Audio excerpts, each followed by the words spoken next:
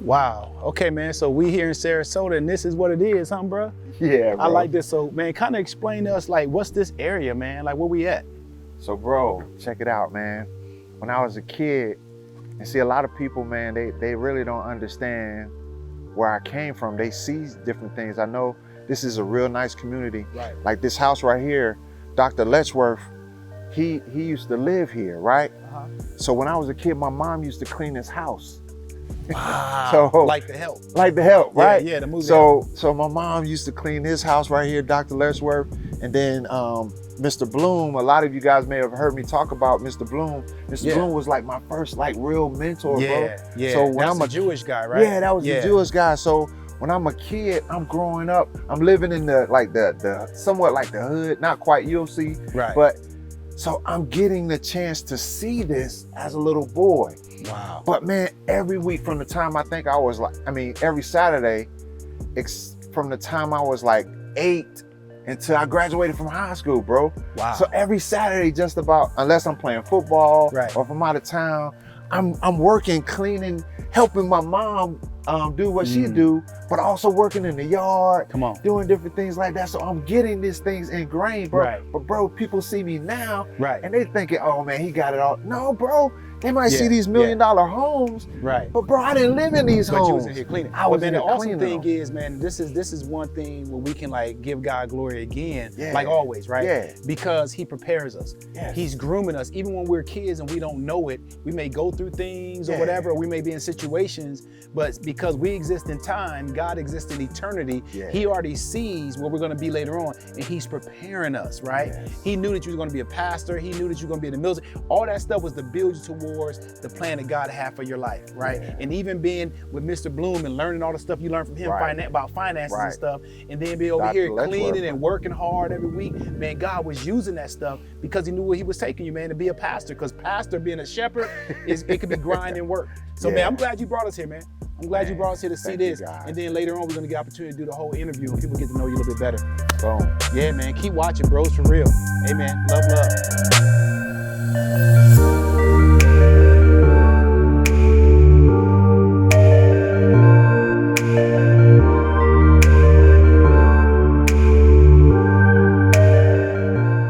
Man, this is crazy, bro. I'm like, this is your school? Yes, bro. Sarasota High School. Sarasota, man. Man, let me see if the name is out here, man. Look at that. Yeah, bro, how bro. do it feel to be back? Man, it's crazy, right? You know, just thinking about everything, bro. And this is a museum now. Now they have changed. This used to be back in 1920. This was the whole school. And now, What? but it's crazy, man, because this was just one of the buildings. It was called the old building.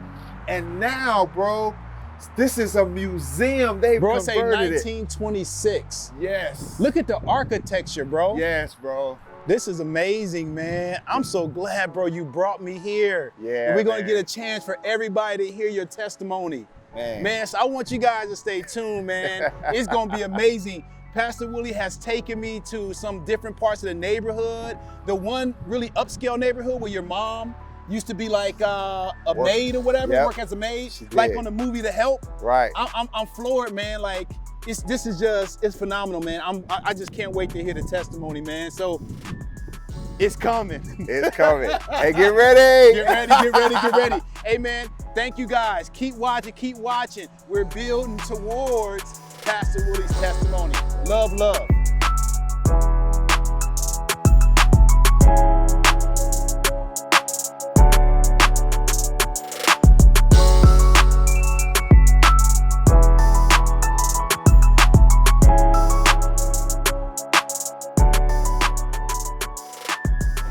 Man, so this is it right here. So wait a minute, wait. Come on, bro. Come on. So, hey, don't be trying to act like you act.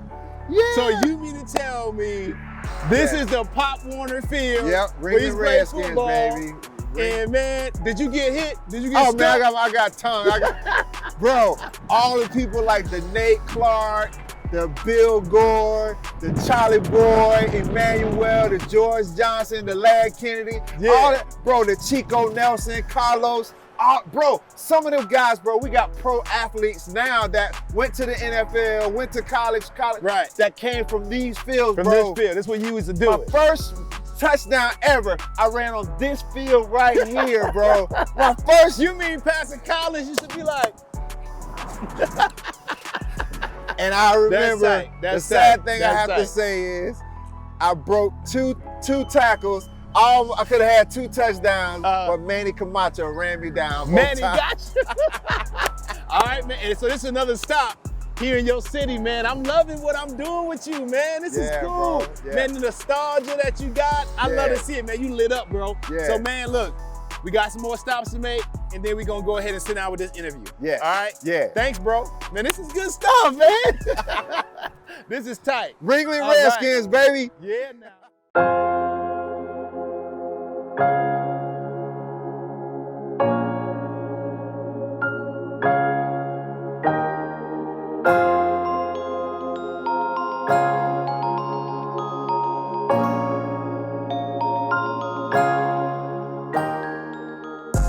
So, brother, no. This is the first 3 years of life right here. This is where it all went. This is where it started. This is where the first 3 years of my life, man. Y'all gotta get a picture of this because brother, God has blessed you. Now I'm just saying, man, but man, humble beginnings, man. Yes. Humble beginnings, man. It is so awesome to be able to see this, man, on this journey that we're taking, man, going through the different, the steps of life for you, man. And then eventually, ultimately getting to the whole interview, talking about, your testimony. Yeah. And man, just to be able to come here, bro, and see this is like, wow, man. Wow. God has blessed you, man. Yeah, man. This is 1850 23rd Street. Yeah. Sarasota, Florida. Wow.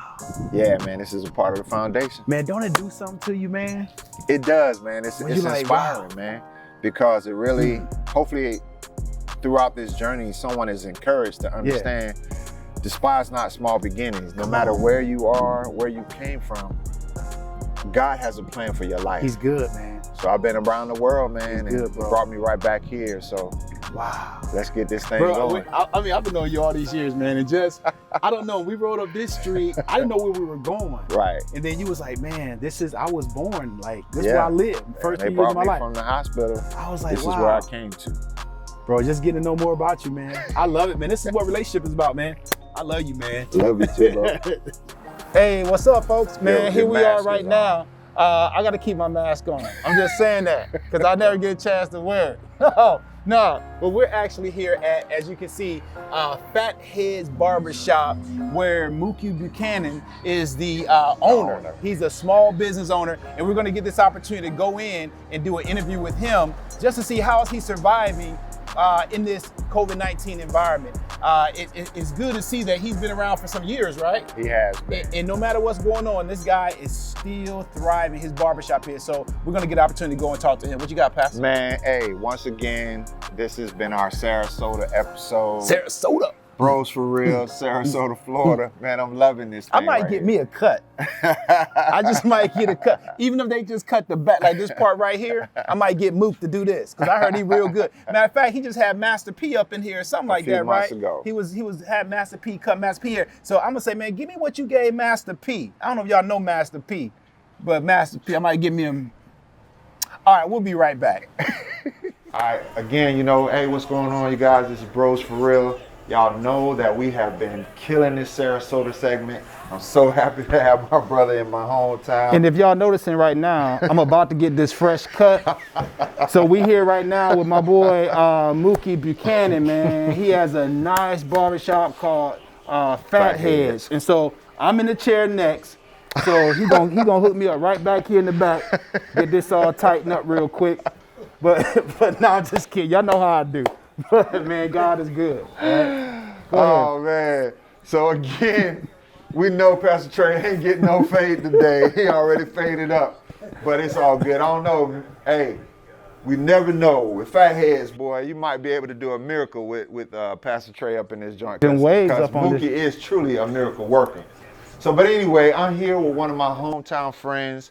As you guys know that I've been out these past few years. I left Sarasota back in 1990 and joined the military. But one of the great things we've talked about over the years is relationship. And we've been able to keep the relationships going. Some relationships come and go, but Mookie has been a friend of mine since we were out playing Ringling Redskins. He used to cut my hair back in the day. But I want to give you guys an opportunity to see and talk to who Mookie is. As you see, he's already hard at work right now. What's up, Mookie? What's up, Will? How you doing? I'm good, man. Thanks for allowing us to come in, man. I hope you don't mind being in the camera. That cut is pretty fly right there. Oh, man, he knows what he's doing. I didn't even tell him. He asked me the first time, what do I do? I said, don't ask me, man. And he did it. So, Mookie, man, first of all, I know we've been friends for quite a long time, and it's something, man. I remember when you used to cut hair at your mom's house back in the day, and now here you are, a business owner, an entrepreneur, a father, a husband. You know, I can go on and on and on. But what got you into cutting hair? Man, really? The truth about it. Yeah, the truth about it. Come on, tell us the truth about it. When me and my brother was growing up, man, our dad used to cut our hair. So he gave me this one particular haircut. I think I was in maybe 8th grade. Yeah. And, bro,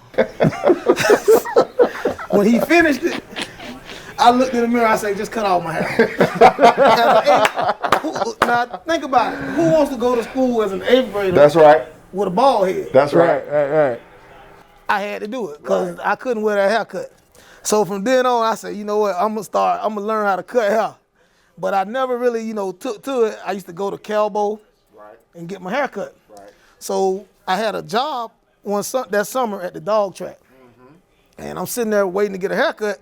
Calbo had so many people, I had to come back. Right. So I asked him, I said, dang, Calbo, I said, man, how you get all these customers? He's like, hey, I'm good. Right. I said, you think you can teach me how to cut hair? Right. Calbo told me, he say, I can't teach you, but come and watch. Oh, man. Wow. He told me to come and watch.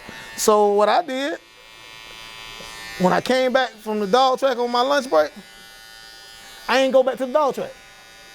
Wait a minute. You had a job. I had a job. But you had enough vision to say, you know what? I can learn how to do that. And if he's good, I can be good. I felt like I could learn how to do it. So I sat there, man, for probably 3 weekends and watched him cut hair. Wow. Until finally one weekend I'm sitting there and one of my classmates from school come to get a haircut. And like I had been cutting my little brother hair, practicing. Right. So Calbo tell him, he like, Mr. Calbo, I can't wait that long. He say, well, he know how to cut hair. I'm like, oh man, scared me. Here we go. He like, man, take him to your house and cut his hair. I took him to my house, cut his hair. Wow. And he was my first customer. He's still one of my customers today. Come on, man. How long ago was that? That was 30-something years ago. Jesus. I say that. Yeah. I said, because I was 14. So right. 30-something years ago, man. Wow. That's good stuff. I started from there, and growing up, I just got better, But I ended up going to college too, because I played football. Yes, of course. And Ringling Redskins. I put Ringling Redskins out there. And then I ended up playing football in high school. So instead of just going to get barber's license, when I graduated, I wanted to go to college too. Right. So I ended up going to college and studying for education. Right. Realized I didn't really want to be a teacher. Right. So I came home and just played around for a little bit. Then I decided to go to barber school, get my barber's license. Right. So I've been here at this location for 12 years. Right. It's a nice location too. Yeah, man. I mean, it ain't always been nice. Go ahead. It ain't always. I won't say it ain't always been nice. It hasn't always looked like this. Right. it was a lot going on. Man, Like, 27th Street, yeah, baby. this street here, man, back in the days, you out here, right now today, it would be full of people, Yes. all up and down. Yes. Wow. Right now, this time of day, Wow. full of people. Full of people. Yeah, Don't despise small beginnings. yeah. So with that being said, right, and I'm get Pastor Trey in here, but why did you choose this particular location? Because like we said, back in the day, this was 27th Street, and 27th Street had a bad name. Although a lot of people hung out here, a lot was going on. But then it wasn't until they changed it to Martin Luther King. But again, you know, I've been gone for over 30 years. But why did you choose this particular location? Well, man, okay, like I say, after I got my license, when I started, I was over town at the Right Touch with Rhonda. And she had been in business for maybe 10 or so years, and she wanted to close her shop down. Right. So she wanted me to take over that shop. But I told her, I said, you know what? I said, I'm gonna go back to my community. Come on. You know, I said, I'm gonna go back because most of my customers are here. Then you have the low income housing on the back road. It's a lot of kids back there. Right. Every parent can't drop their kid off to the barbershop. That's right. Every parent don't have a car. Right. So a lot of the kids have to walk here, you know, and I felt like me being here, I provide a safe haven for the kids can come in here, get their haircuts, you know, and don't have to really worry about nothing. That's good stuff, man. And I get a lot of the people from the community, you know, stop in. I tell them not to drop them off, but That's just like dropping them off at grandma. yeah, it is what it. Mookie's babysitting service. Yeah, it is what it is, man. You know, So, man, because I know, like growing up, we used to walk up here to Mr. Bud Barbershop, That's right. Yeah. which was 2 doors down. So it's like the same thing for me. that's good stuff, man. It's always good to get back. So right now, in the midst of this whole pandemic, you know, the COVID-19 environment, can you tell the people, man, like, what is it that you're doing that's keeping you thriving? You know, because there's so many other small businesses that are going under or whatever else. Is it because of your relationship with the community, or what is it? Well, it's that too, but people want to look good. Yeah. Okay. And they want to get haircuts. I mean, my clientele, I have a broad clientele. Yes. You know, so for everyone that don't come, it's someone else that's gonna come. Yeah, I was gonna ask you anyway if I can get the Master P. That, you know, I'm just saying, can I get the Master P? You know, I don't know if you could do that from what I got working with. You know. The Master P, huh? Yeah, it's good to see that you still, man, you open, and I like what you said, man, that people still in the midst of what seems to be a bad situation, man, people still want to look good. Right. You know, they still want to have some feeling of normalcy, if there's, you know, such a thing, right? Right. So, man, I think this is a good thing. I'm so glad that we came by here, man, especially to see the shop, see how, because I mean, it's set up good. I don't know if you can pan and just show the inside of his shop, man, but I love the idea with how the two chest thing is going on. I would have never thought. So this really takes vision to do this. You know? Oh yeah, it definitely takes some vision, because even where how things were before, you changed it up. Because I remember how it was before, then all of a sudden, you shut it down for a few weeks, and then I see all these new grand pictures. You really invested back again into the community. Why'd you change it up? And why was this theme? How this theme and this vision came to Yeah, pass? because this right here hot. I like that. Well, I ain't never seen that. I don't know if you can tell, not red, my favorite color. I like red. But no, I had been planning on doing a remodel.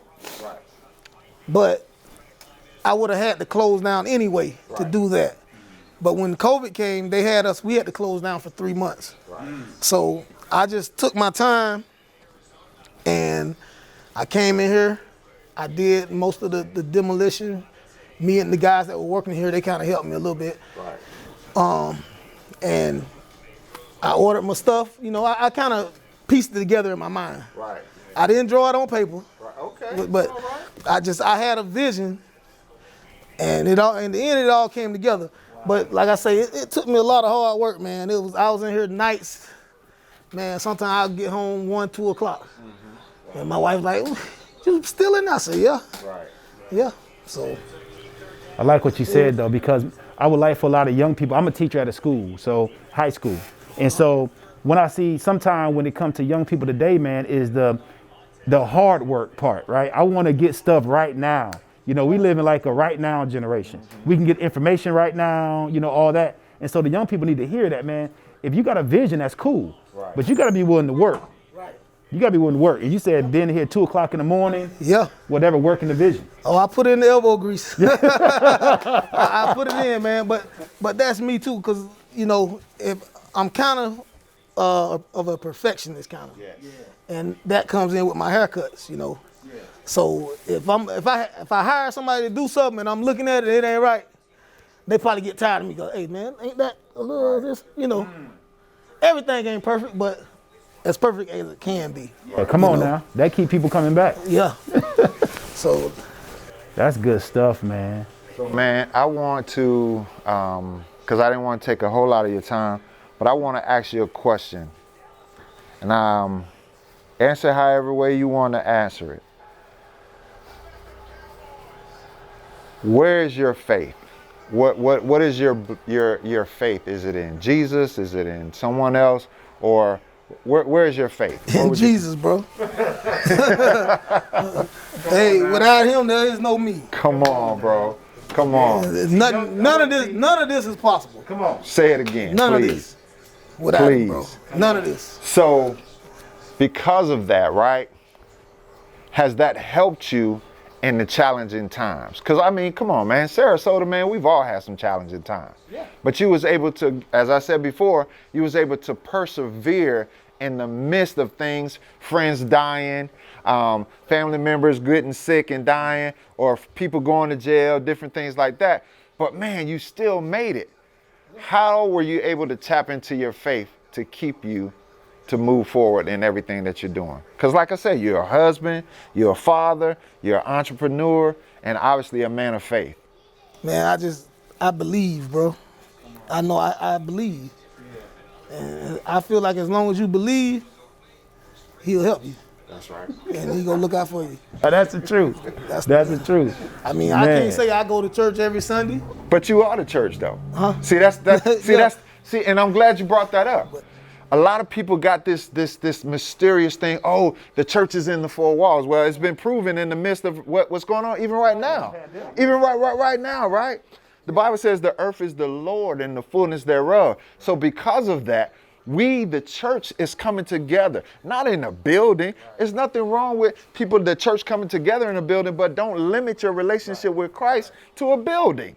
Man, that's actually why we traveling, man, because we were in the building and we both kept having a tug. Like, man, it got to be more than this, right? Just doing a Sunday or Wednesday or whatever, because there's a lot of people out there that's hurting, and the church needs to get outside the four walls, man, and go to where the people are, because God sent the disciples out. He didn't tell the disciples to wait for the people to come to them, right? And so, man, just like you in the community, man, we seeking to be in the community, brother. You know what I'm saying? That's what y'all talk to Lump? Not yet. Not yet. That's the man. That's my man, that boy. Yeah, I haven't Pastor gotten Lovely. around there yet, but I've been talking to him on the phone, but I haven't okay. gotten around Yeah. there to actually see him since we've been here. Yeah, So, man, that I guy appreciate you letting us come through, man. Yeah, Oh, man, no I appreciate problem, that. man. Why No problem. fat heads? Anything you... Oh, yeah, that's Huh? a good question. Fat. Not fat as in fat, but fat, like fly. Okay, Fly. P-H-A-T. pretty hot and tempting. Okay. Ball fade. Yeah, man. So that's. Hey, go ahead. Will, did you used to cut hair? I did. I still do. Still do? Yeah, but see, I ain't do it like you. Hold on a minute. Yeah. So as you see, even in the midst of our conversation and our interview, hey, Mookie is a busy man. But see, he still found the time to cut hair in the community, to take time to give back and talk to us and to talk to you all today. So man, Pastor Trey, have you enjoyed yourself so far, I have, bro? man, because, you know, Sarasota has really allowed us to do exactly what God has called us to do. And just to meet somebody like Mookie, man, that's, you know, in the community, just like when we talked with Keisha Matthews, right? Mm-hmm. Talk to her. And these are people in the community doing great things, man. And you too, if you're watching, it doesn't take a lot to just step out on faith.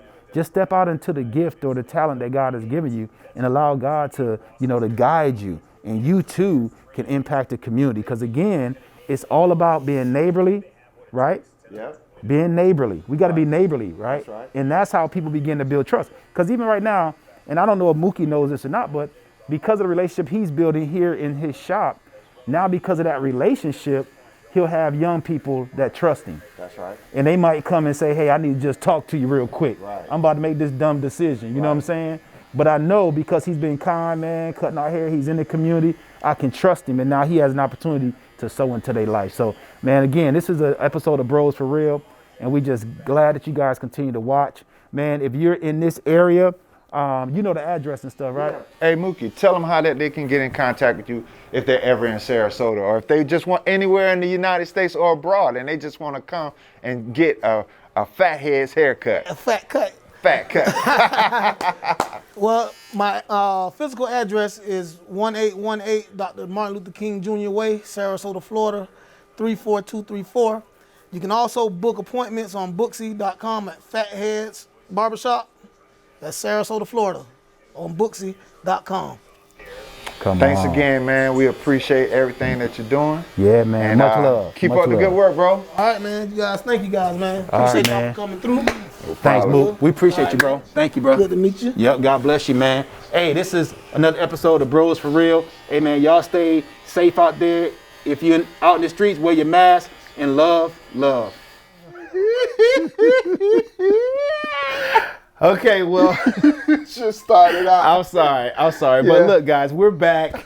It has been amazing being here in Sarasota, where we are, and we've been building up to this point. I'm so excited because I'm here in the hometown of my brother, Pastor Willie, and this has been amazing. But we're gonna just sit and just talk to you, bro. Yeah, that's just talk to you, and just Bros for Real. Just go ahead and just really just answer my questions, man, so the people can get to know who you are. I think testimonies are good. Yeah. They're good. People can see where we come from, build that relationship, build an understanding why people kind of act the way they do, what brings that joy, what brings that big praise, right? Because we all have a story. So I kind of just want to start out by just asking you, man, after all the places you showed me, all throughout Sarasota. We've been all throughout Sarasota, man, Tampa, all that. And showing me some of your hot spots, your high school, all that different stuff. Now, what has it done for you to be back here after almost 30 years? Man, it has brought back a lot of memories, bro. I know, man. I know. It just makes me appreciate even the more. God is good, right? Yeah, bro. I know. Because sometimes it takes, I know we always say don't look back, the whole thing, rearview mirror is smaller than the window and all that, all that little corny stuff that we say, right? But no, man, it's just pretty amazing, bro. When I think about truly Sarasota, it's my foundation. Yeah. My foundation is in Christ. I get it or whatever. Yep. But oftentimes when we get to a place in life, man, we almost try to get high and mighty, right? Mm-hmm. Sometimes you got to be reminded, like, Joker, wait a minute. Reminded. Because, bro, I ain't even trying to be funny, but I wasn't expecting it. Now, we had you my brother. Right. I wasn't expecting this because I met you, man, in Okinawa, 2009. You were already a chief in the Navy, had traveled the world, been out to sea on the ship, served with the Marine Corps, had a family. Your life was so different than when all the stuff you showed me. And right now, I know you don't want me to say this, but right now, guys, it seems as if we're in like a room, like inside the house. But this is actually the carport. Like this was a carport, right? And it was turned into, right? Right, man. And I make jokes to him about it, man, because I had super modest beginnings, and to be here, man, and just to walk through the space, and this is the actual house where Pastor Willie grew up. And I'm telling you, man, it's really small. You took me into the bedroom, and I could almost put my stretch my arms out, and I know I'm a tall guy and everything, but that's, you know, I stretch my arms out and I can almost touch every wall. Right. So, man, how you feeling? What's going through your mind? My mom. Your mom, man. And my mom made so many sacrifices, man. I really been thinking about her a lot since I've been here, but just thinking about all the sacrifices that she made, you know, like we talked about, working for the Blooms and the Blazers and the Letchworths and stuff like that. And my mom giving me that exposure, you know, we went, you know, we... Don't rush through that. Okay, So your mom, and you brought Mr. Bloom, because you took us to a place, Right. and we kind of like got some captions of it, but your mom was like a maid, and she was cleaning houses and stuff. She was. Like the movie The Help. Remember I told you that when we were going to car. There. She just didn't live there, but yeah, my mom cleaned a lot Multiple of houses. Multiple houses. Every day, and you actually would go to these homes, and you showed me some. They're nice, Yeah, right? these are like some $1 million homes. So that movie, that's like real. That's legit, bro. When you saw the movie, you was like, "That my mom did that." Yeah, that's legit. Wow. Yeah, man, I seen my mom wash other people's clothes, make other folks' beds in these $1 million homes or whatever, and then for us to come back to this. I mean, not saying that it's bad. I mean, this is fine, but my mom made a lot of sacrifice because I've shared with people before, we weren't like the middle class, we weren't like poor, but, you know, we had the food stamps. We had, you know, the government cheese. You don't know about the government cheese. Man, the block? The block, waiting in that line? Right. Brother, that was the best cheese. Thank y'all. Yeah, and like even the water, the milk, the powdered milk, and we had all those things. But man, my mom, she made a lot of sacrifice, man, to make sure that I was exposed to other things. So, like you asked me, what am I feeling? I'm feeling a sense of, I'm grateful, right? Come on, bro. Come on, Jesus, right? Man, I'm so grateful, man. And then to be able to see some of my friends, you know, like we did the interview with Keisha, we did the interview with Mookie, but there's so many other people that I could have sat down and done an interview with to show there's some great things. You know, I played football with the Nate Clarks and the Cedric Saunders. You know, Cedric Saunders went to the NFL, but now he's on staff at the NFL. I think he with the Detroit Lions. You know, and I took you guys by the football field, man. The Ringling Redskins. You know, like the Larry Kennedys, the Bill Gore. You know, I can go on and on and on, man. But those are people who helped be a part of my life. But we're here in Newtown Estates, right? Let me go back to that, right? So Newtown Estates, man, back then when we first moved here, it was a big deal to live in a organized community outside the projects. Right. Cause bro, my first couple of years of life, we were in the projects. We went there. Yes. You showed us that, yeah. Yes, and you talking about, man, our whole house was probably almost a little bit bigger than this carport. Right. But again, my mom making the sacrifice, being a single mother, you know, taking care of all of us. And I seen that, man. But one of the greatest things, man, I love about my mother, she tore me up for all those. Like, I need to show y'all when this interview is over, there's a door on the other side with that thing right there. There used to be a door to go inside the house. My mom, man, she used to put me behind that door. When I acted the fool, she put me behind that door. She held you accountable. She held me accountable. It wasn't no getting over, right? No, because like I told you not to go anywhere. Right. She like leave, and I know sometimes she probably go around the corner and come back. But then I'm out there playing in the street. Didn't I tell you? She disciplined you because she loved you. She did. Man. She did. Man. So yeah, man. It's a lot of emotions going on right now in my head, man. Just the sacrifice, man. I keep going back to the sacrifice that my mother made, man, because I know it couldn't have been easy. You know, me growing up without my father. Like I shared with you, we went by my dad's old house, but my father was killed when I was 3, you know? I don't think a lot of people know that. Right. Can you kind of expound on that? So you were 3. I was 3 years old, man, when my father was murdered. So when people tell me, oh, you can't make it without your dad. Yeah, you need that male role model. You need that mentor. You need someone like that. But man, you can make it. Yeah. You can make it with Christ. And that's the great thing, man, that my mom did in the midst of everything going on. She made sure that I got to know the Lord. Right. So yeah, man, I longed for my dad, man, knowing that I could never see my father again. So I had to make it, bro. I had to make a decision. Am I gonna be a statistic because my father wasn't there? No, bro. I made a decision at an early age. Now I had to fight through some things. Come on. Yep, I know, man. I had to fight through the girls. Cause you joke on me about the dome, but that's a lot of people don't know. I've been joked all my life about my head. Not you. Yeah, me, right? But see, that's the thing. But Yeah. when I realized the Bible says greatness is in me.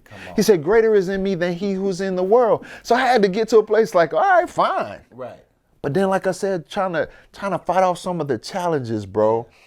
What do you think, if you could think about it, what was the one time that it was really hard for you because your dad wasn't there? Because when we talk about my father, and I have a great relationship with my dad now, which is so awesome, but this is about you. What was a time you could remember when it was like, man, I wish my dad was here? Because I remember I had them times a lot. Is there any specific time? Yes, absolutely. I asked my mom, was I adopted?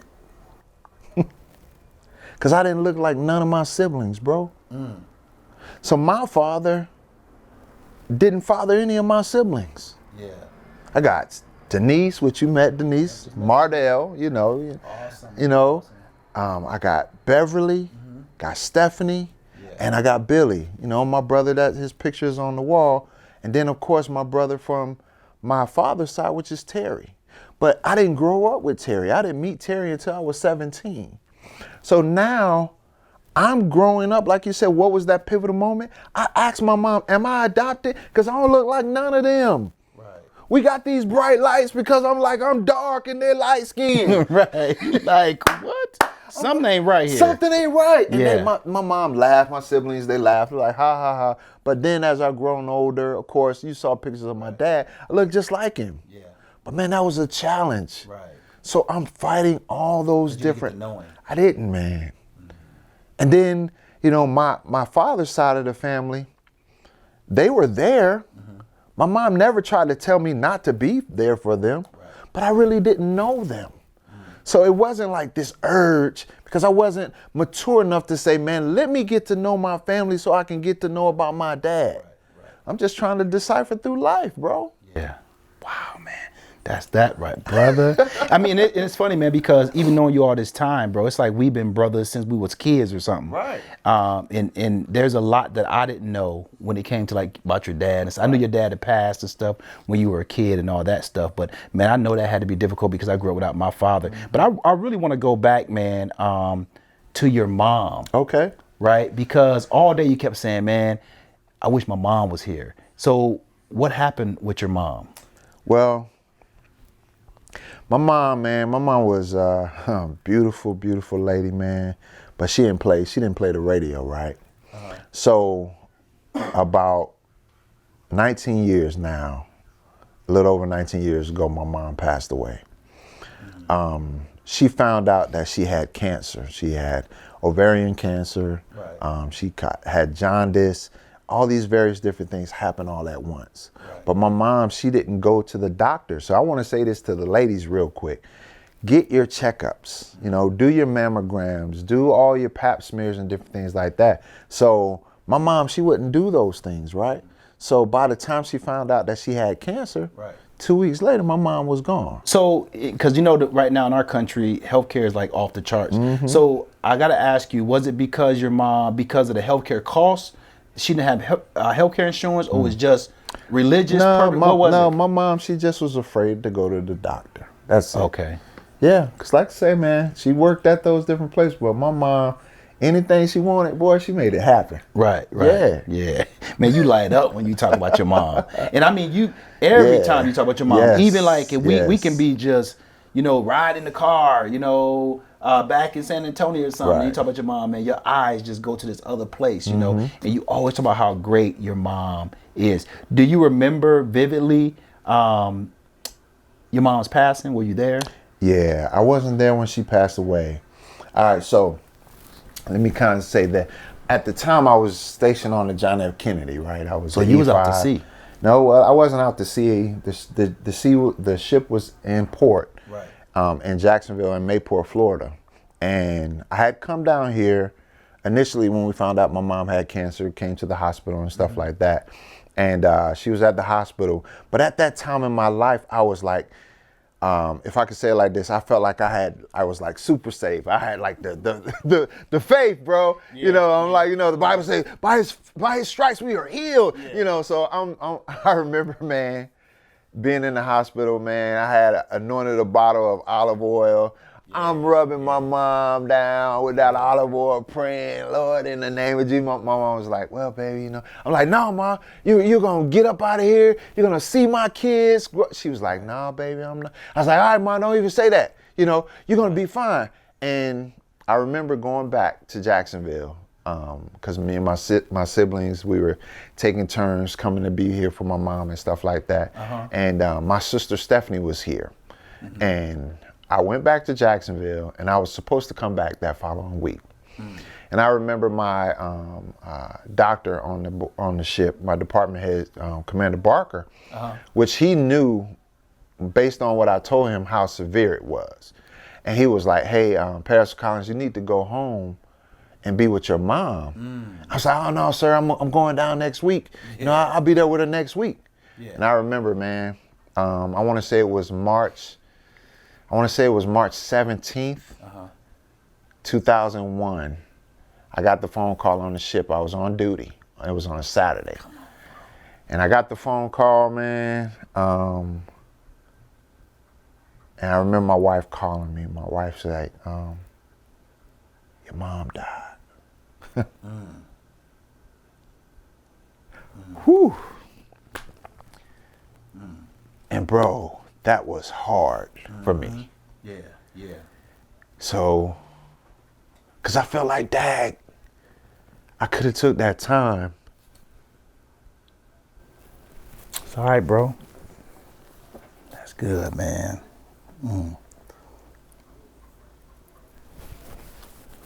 It's good, bro.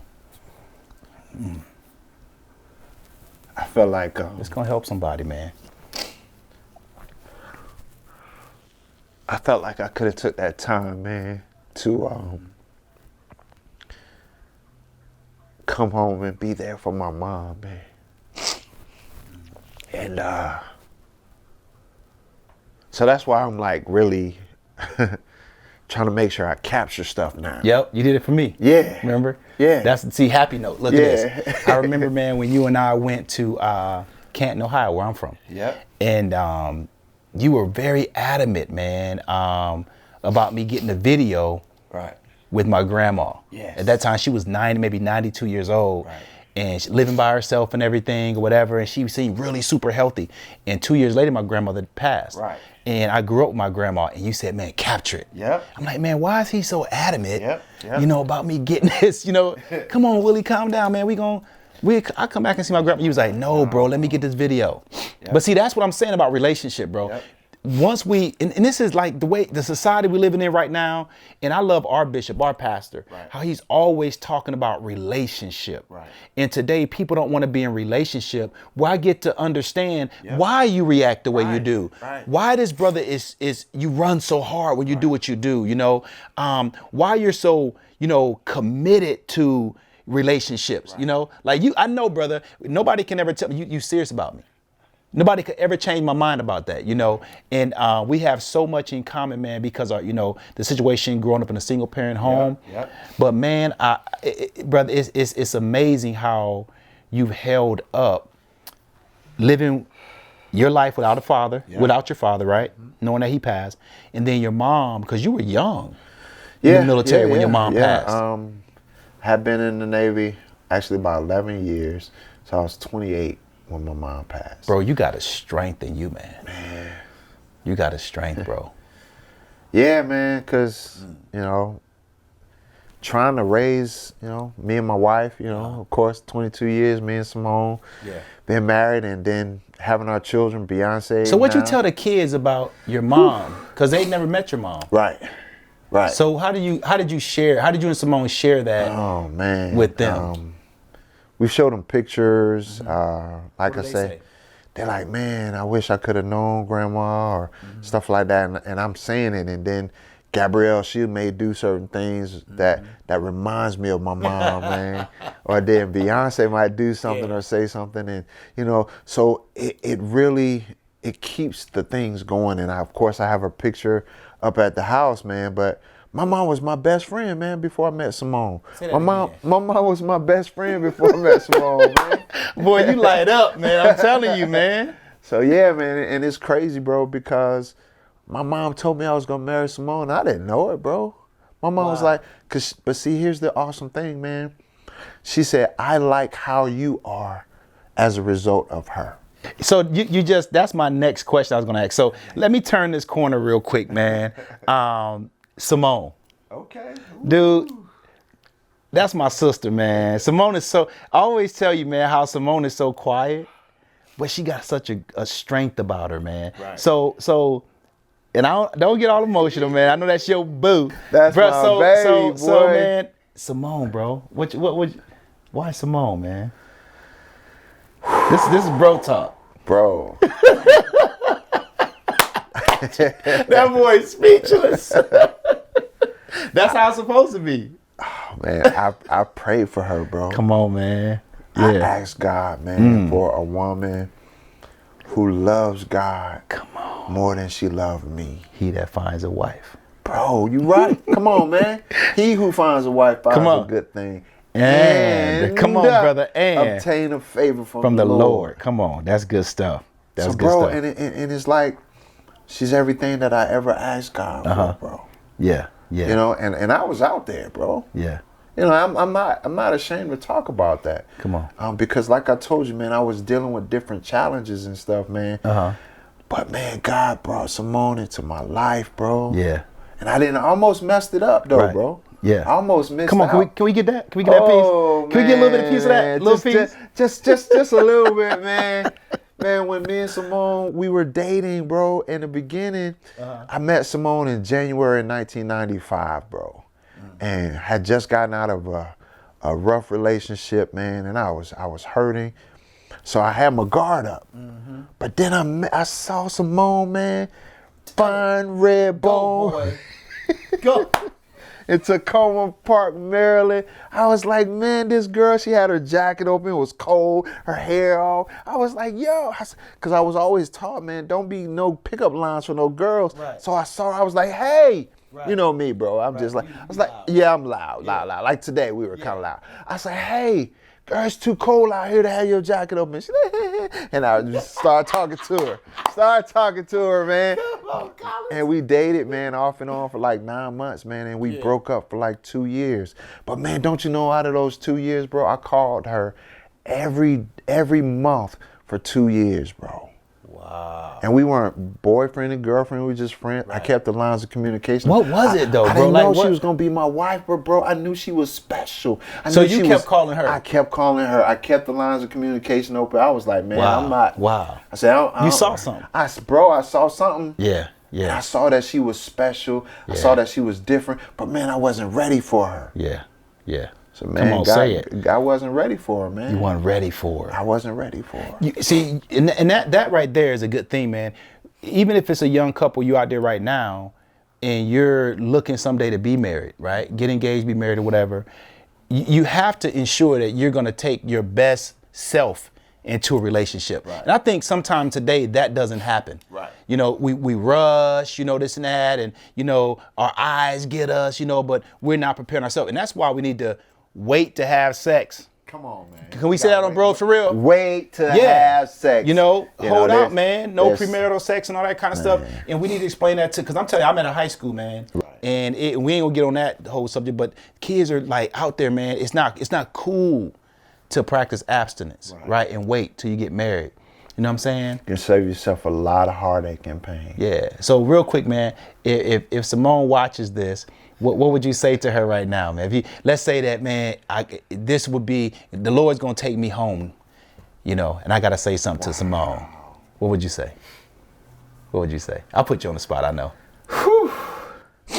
I would say, Simone, you came in my life at the greatest time that I ever could have imagined. I wouldn't be nowhere even close to where I am in my life had God not brought you into my life. Even if I almost missed out when you were talking about moving to Atlanta, and God woke me up like, boy, you better not let this thing go. So I would live the rest of my life trying to make sure that you understand how much I love you, how grateful I am for you being my wife, how grateful I am for you being a mother, a woman of God, never giving up on your dreams, but never giving up on me, even when, you know, you were able to see my nakedness, so to speak. But I'm just so grateful to God that I can call you my good thing, my rib. And I know I got the favor of the Lord because you're in my life. Come on, bro. Come on. I'm turning another corner now because you was about to go in. You was like, it's time to go home. You was about to get on that plane back. Now, so man, there's another thing that people don't know. I know, but a lot of people don't know about you because you, brother, I just call you Facebook famous because you everywhere we go, you got to talk to everybody, man, because you just love people. But there's things that people that are sometimes may appear to be in your circle. I'm in that inner circle, so I know some things, right? And one thing I do know is that you and Simone lost a child. We did. And I bring this out, bro. No, that's good. Only because I know it's gonna bless somebody, right? You know, because you've carried it so well, right? You like people would never know, right? And so, do you feel comfortable talking about that? Absolutely. Okay. So when did it happen? What occurred?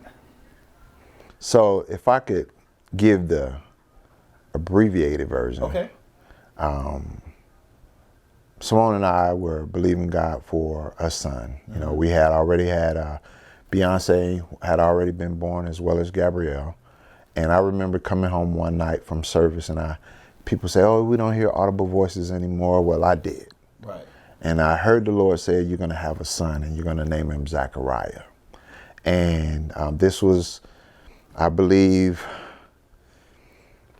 in 2004 or 5, one of those times, or what have you. So Simone was pregnant with our son when we were stationed in Okinawa, Japan. And we had flown to San Antonio to close on our second home because we had purchased a home in Jacksonville, Florida, but also we were purchasing our second home in San Antonio. And that's another story because from the carport right to second home. Come on, bro. Come on now. Come on, man. To 2 houses. Carport to 2 houses. You better preach, sir. So we were there. We closed on the house, and we were getting ready to head back. Had just had service at John Hagee's church, New Year's service, bringing the new year in, closed on the house, got our first son on the way. You know, we were loving it. But as the new year began, from 2007 going right into 2008, my wife started having some issues. So we thought it was heartburn because she had a lot of heartburn with our first 2 children. Right. And come to find out, man, her uterus ruptured, and we were on our way back to Japan. And we were supposed to get on the plane to go from San Antonio, Texas, to Seattle, from Seattle back to mainland Japan. Because you were stationed in Japan. Because I was stationed in Japan at the time. Again, brought the house in faith that we were going to get orders to Japan. But again, that's another story. Orders to San Antonio? To San Antonio. Okay. So we got to California because we got rerouted because we weren't able to get on the plane. So we got rerouted to Travis Air Force Base in California. Okay. And while we were there, my wife started having some issues, went to the ER. They said, "Hey, have you noticed any leaking and different things like that?" Long story short, she had an ectopic pregnancy.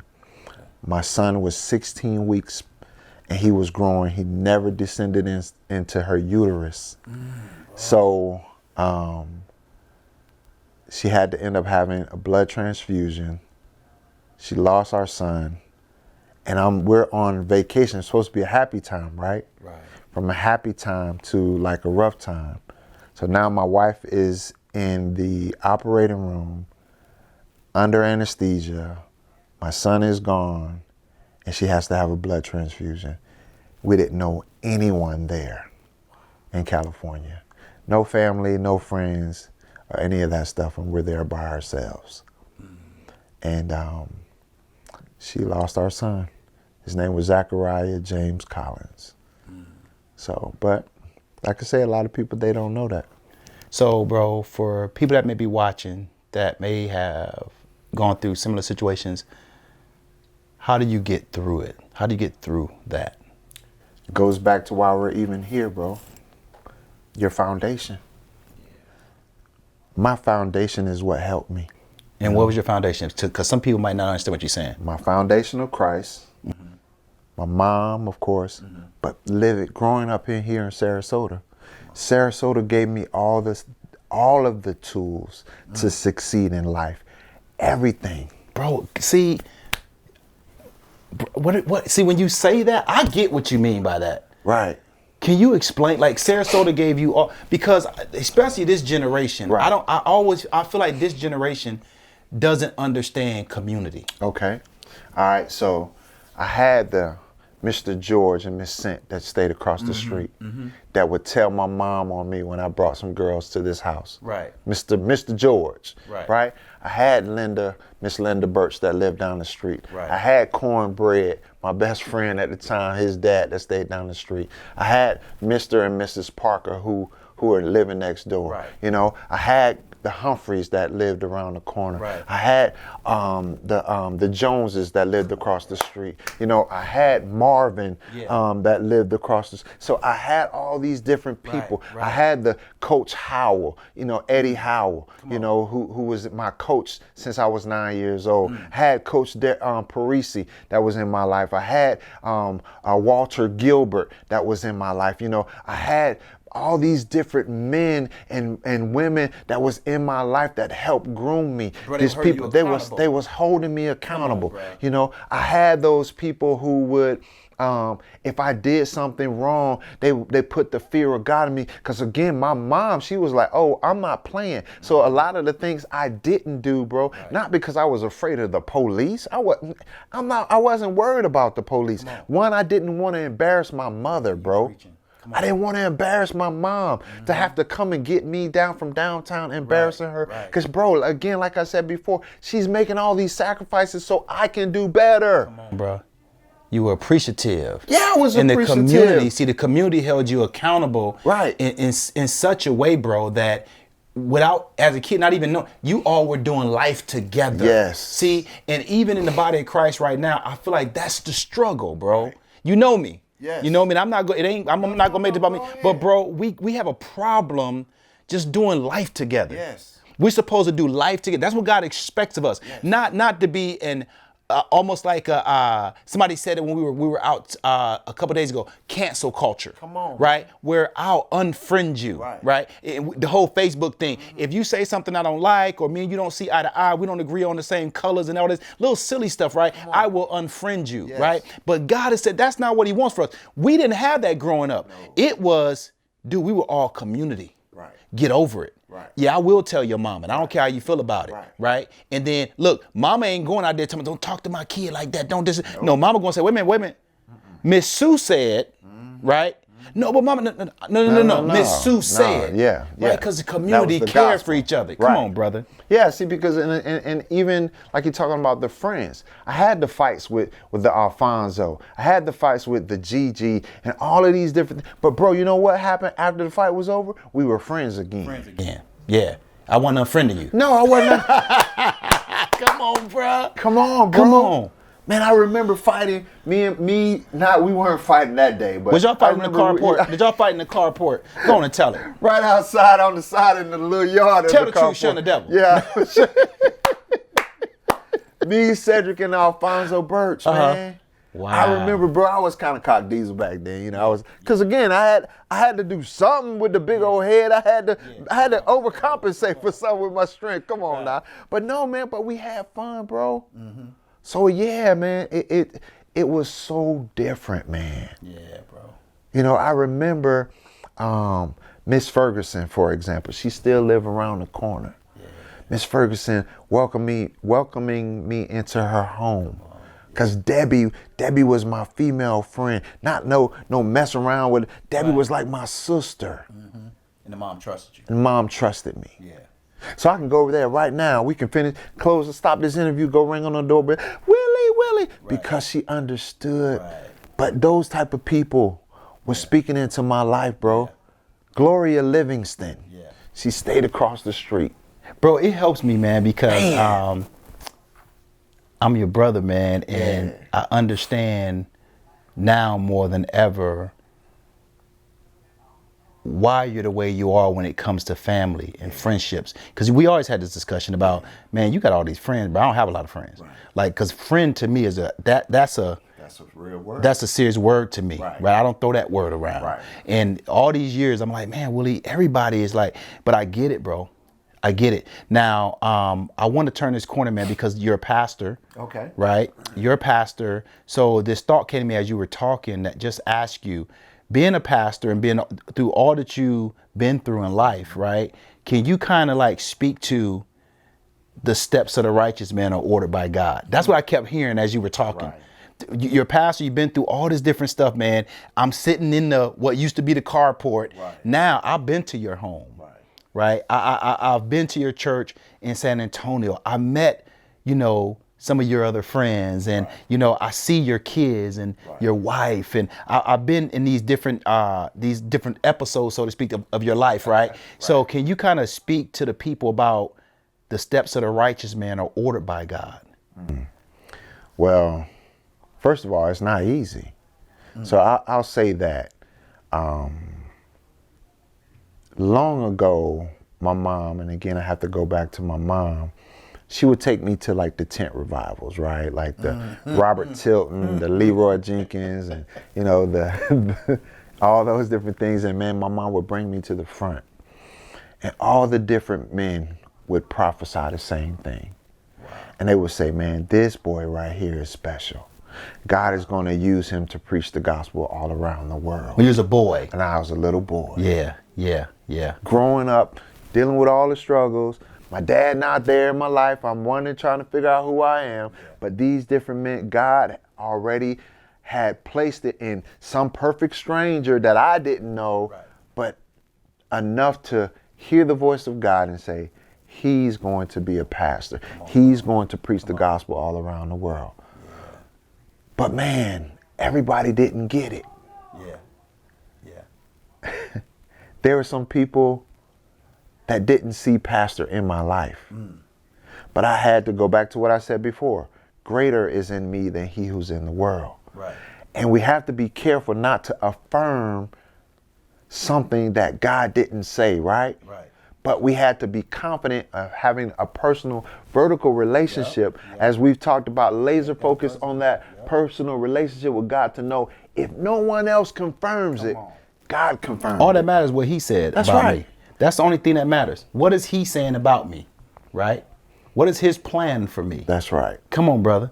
So my steps being ordered by the Lord, bro, I had to stay focused on what God said. So even in the midst of, if I could say it like this, the hoeing, right? If I can say it like the fact of the loneliness, the disappointment, the insecurities, all the different things, that the challenges that I dealt, I had to stay focused. What did you say, God? Yep. So when I stepped out, Yeah. bro.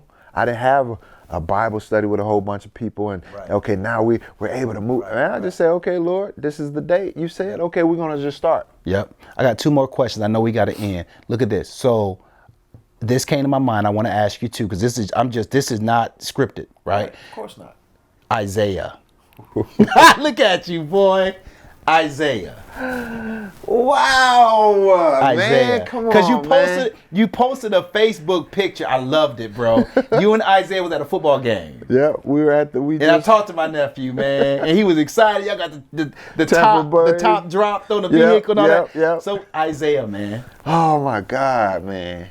First of all, before I talk about Isaiah, Beyonce, Gab, Yeah. you guys, Nothing, take another friend. nothing. Gab, you know I love you, girl. And Beyonce. Beyonce, Simone Collins, Gabrielle, Ariana Collins, baby, I love y'all. Isaiah, man, That's your boy, man. That's my boy, dude. He's going to carry on my name, dude. He has a lot of weight, man. His shoulders are a little bit heavy. He can carry. That brother called you how many times since we've been here? He's called me quite a few times. I'm like, that's Isaiah man. again. Yeah, man. We went. It's Isaiah just turned 10, man, and Isaiah loves what his daddy loves. So I love the Tampa Bay Buccaneers. My son loves the Tampa Bay Buccaneers. They could be 0-17. My baby's still gonna root for them. Yeah. But that lets me know that I'm doing the right thing. Yeah.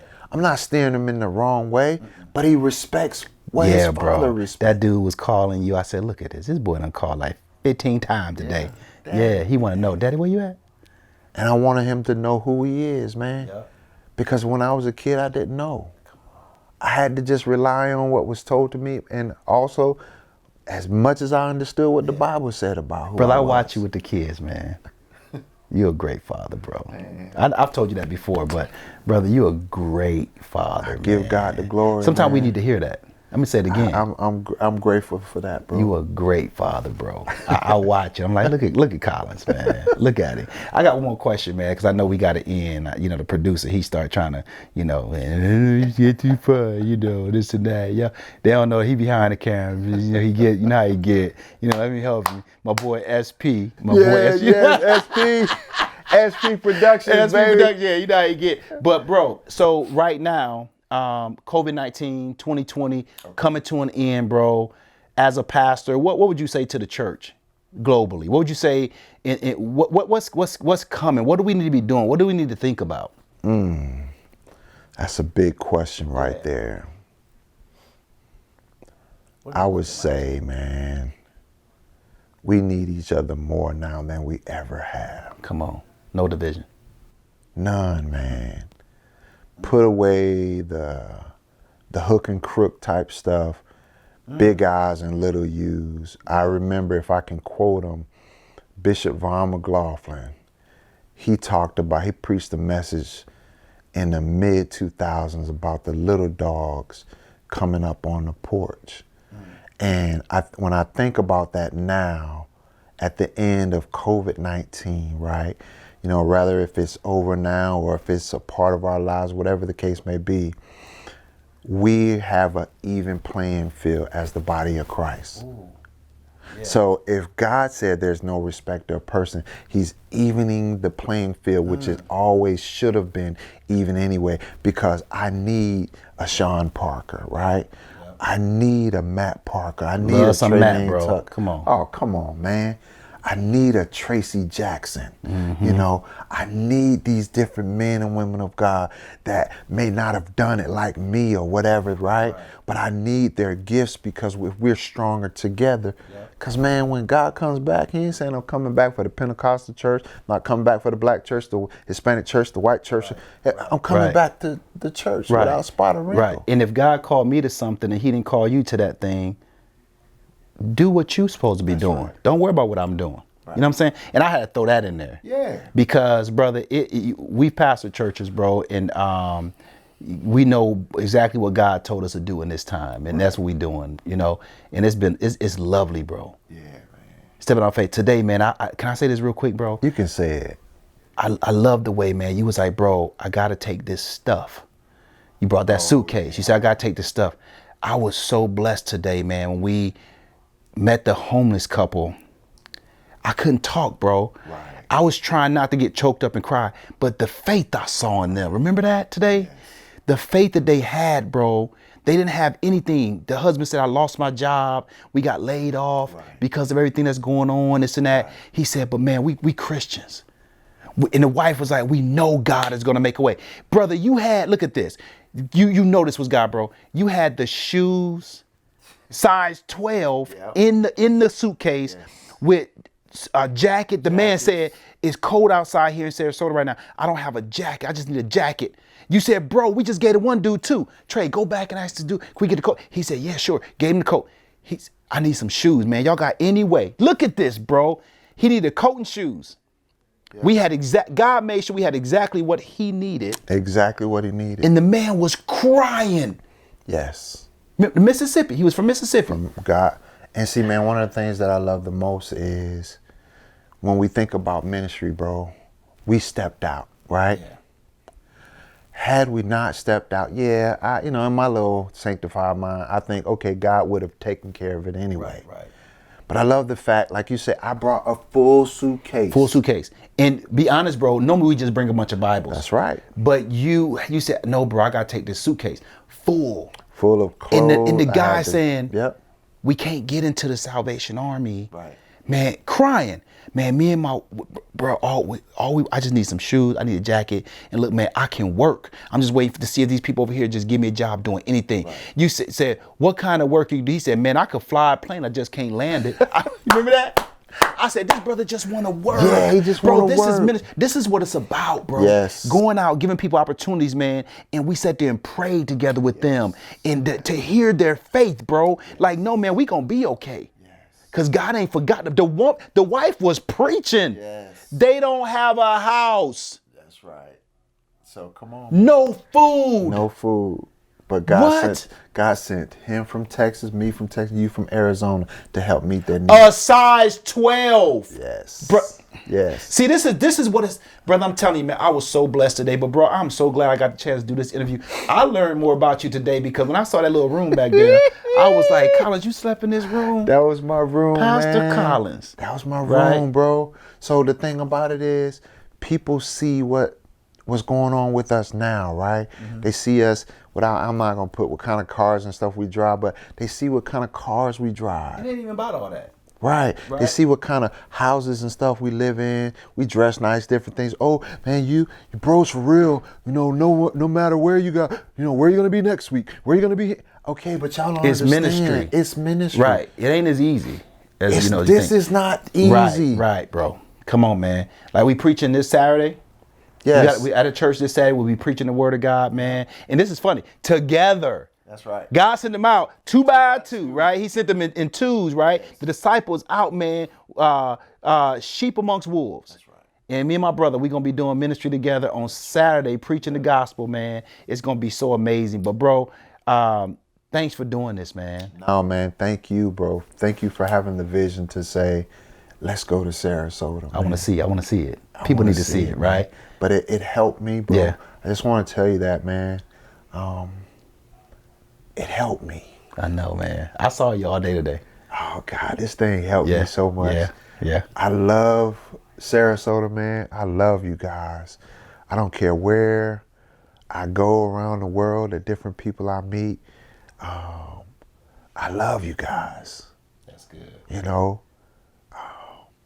I want to do this, man. If I could take just a couple minutes. Yeah. And if I forget your name and I don't mention you, please don't be mad.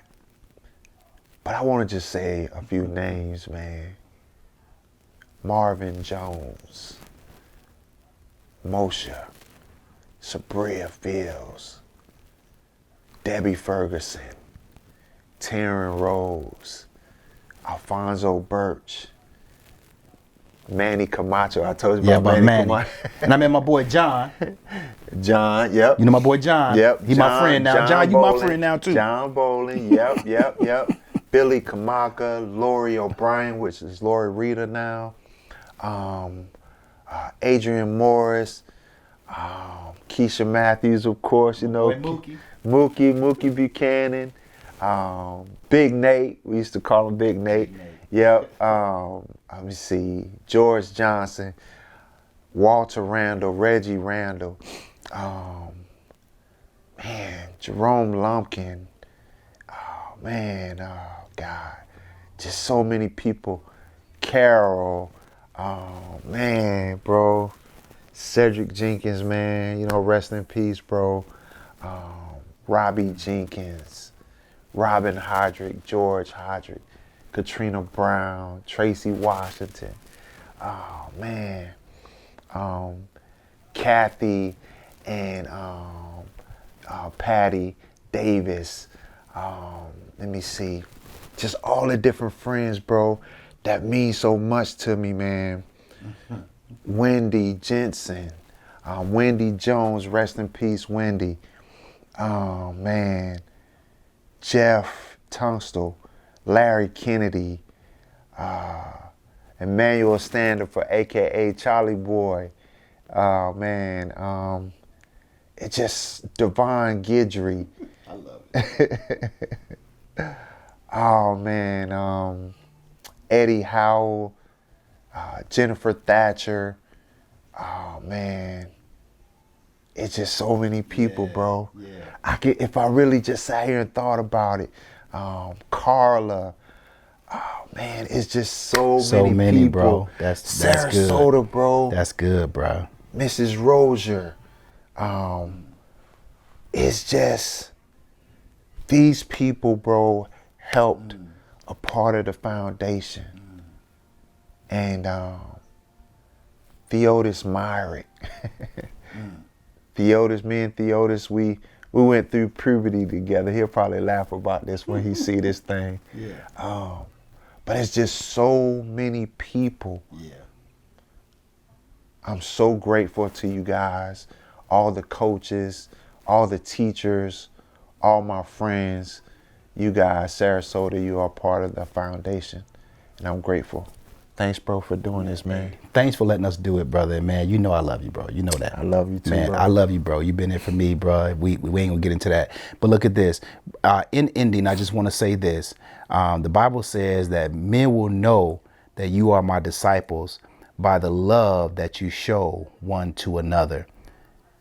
Church, we gotta love each other. All I heard you saying, man, you named off all those names, bro.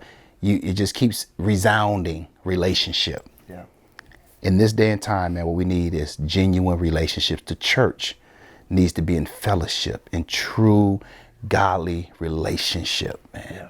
That's what's going to please our Father. And that's when the world's going to know that Jesus was sent. What is it, John 17?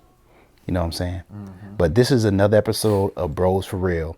And we've been doing this whole kind of series since we've been here in Sarasota. Ordinary people doing supernatural things. And brother, man, I don't even want to call you even ordinary, man, because I know how great you are, brother. Man, I love you, man. God. And me and Pastor Willie both love you guys. Love. Thank you, guys.